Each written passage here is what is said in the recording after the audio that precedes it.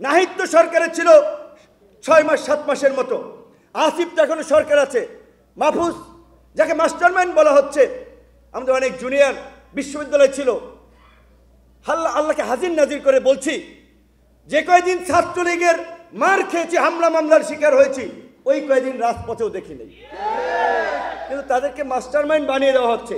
এই কারণে বললাম যে ইতিহাস বিকৃত করার চেষ্টা চলছে। এই ছাত্র আন্দোলনকে কিভাবে গণ আন্দোলনের রূপ দেওয়া যায় সেই প্ল্যান পরিকল্পনা করেছি আমরা। রাজনৈতিক দলগুলোর সাথে যোগসূত্র রচনা করেছি, বিএনপির শীর্ষ নেতৃবৃন্দ থেকে শুরু করে জামাত, হেফাজত, অন্যান্য সকল নেতৃবৃন্দ এবং এইখানে যারা উপস্থিত আছেন, যদি 18ই জুলাই দিবাগত রাত তথা 19শে জুলাই রাতের যদি অনেকের ইনবক্স পাওয়া যায় কিংবা আমি যাদের সাথে কথা বলেছি কল লিস্ট চেক করা যায়, দেখবেন তাদের সাথে সেদিন আমার কি কথা হয়েছিল।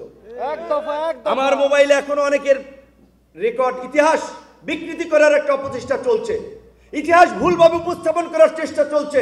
এখনো মোবাইলের কিছু রেকর্ড আছে, সব রেকর্ড মুছে যায় নাই। পরিষ্কারভাবেই বলেছিলাম যে যেভাবে হেলিকপ্টার থেকে যাত্রাবাড়ি, মিরপুরে, উত্তরা সহ সারা বাংলাদেশের ছাত্র জনতার উপরে গুলিবর্ষণ চলছে, আমাদের আনুমানিক হিসাব মতে ওই সময় পর্যন্ত রাত্র 10টা পর্যন্ত সেই 18ই জুলাই যে শুক্রবার গণমিছিল ছিল, 17 তারিখ তার আগের দিন আপনার গায়েবাড়া জানাজা ছিল, আমরা বলেছিলাম এই 18ই জুলাই পর্যন্ত প্রায় 400 থেকে 450 মানুষ মৃত্যুবরণ করেছে।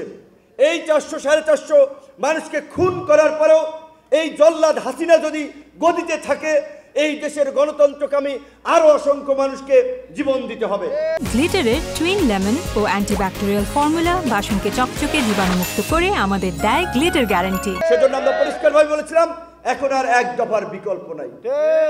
আজকে আমাদের সেক্রেটারি সাহেব বলেছেন, আমাদের জুনিয়র অনেক আমাদের সহকর্মী ছিল, তাদের সমালোচনা আমি করতে চাই না, আমি অনেক কিছু টকশোতেও যাই না বিব্রতকর পরিস্থিতিতে, কিন্তু কিছু কথা বলতেই হয়। এই যে 3 জন ছাত্র উপদেষ্টা, তারা সরকারের উপদেষ্টা পরিষদে গিয়েছেন, তারা এনসিপি গঠন করেছেন, সেখানে আসিফ এবং নাহিদ তাদের কন্ট্রিবিউশন আছে। আসিফ নাহিদ 19 সালে 2028 বছর পরে অনুষ্ঠিত ডাকসুতে আমাদের প্যানেল থেকে সাংস্কৃতিক সম্পাদক পদে নির্বাচন করেছিলেন। কিছু সময় ছাত্র অধিকার পরিষদে রাজনীতি করেছেন, ব্রেক নিয়েছেন। আসিফ 23 সাল পর্যন্ত ছাত্র অধিকার পরিষদের সাথে ছিলেন, তাদের একটা রাজপথে ভূমিকা ছিল।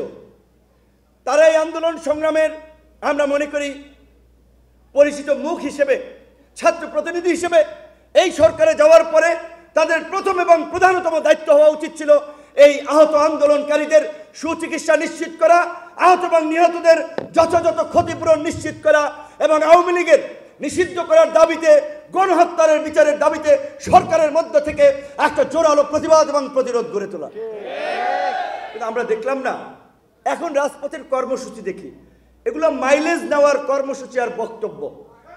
তোমরা তো সরকারে ছিল, নাহিদ তো সরকারে ছিল 6 মাস 7 মাসের মতো, আসিফ তো এখনো সরকার আছে, মাহফুজ যাকে মাস্টারমাইন্ড বলা হচ্ছে, আমাদের অনেক জুনিয়র বিশ্ববিদ্যালয় ছিল, আল্লাহকে হাজির নাজির করে বলছি, যে কয়দিন ছাত্রলীগের মার খেয়েছি, হামলা মামলার শিকার হয়েছি, ওই কয়দিন রাজপথেও দেখি নেই, কিন্তু তাদেরকে মাস্টারমাইন্ড বানিয়ে দেওয়া হচ্ছে। এই কারণে বললাম যে ইতিহাস বিকৃত করার চেষ্টা চলছে। এবং আমরা বলছি যে আজকে শুরুর দিকে এই সরকারের প্রতি যেভাবে একটা সর্বদলীয় সমর্থন গড়ে উঠেছিল, দল মত নির্বিশেষে সকল মানুষের একটা শ্রদ্ধা, ভালোবাসা ডক্টর ইউনূস এবং তার সরকারের প্রতি তৈরি হয়েছিল, আজকে দল মত নির্বিশেষে রাজনীতিবিদ এবং সচেতন মানুষ আশঙ্কা করছে বাংলাদেশে আবার নাকি আরেকটা ফিলিস্তিন বানানোর চেষ্টা করা হয় কিনা, আমরা সেই আশঙ্কায় আছি।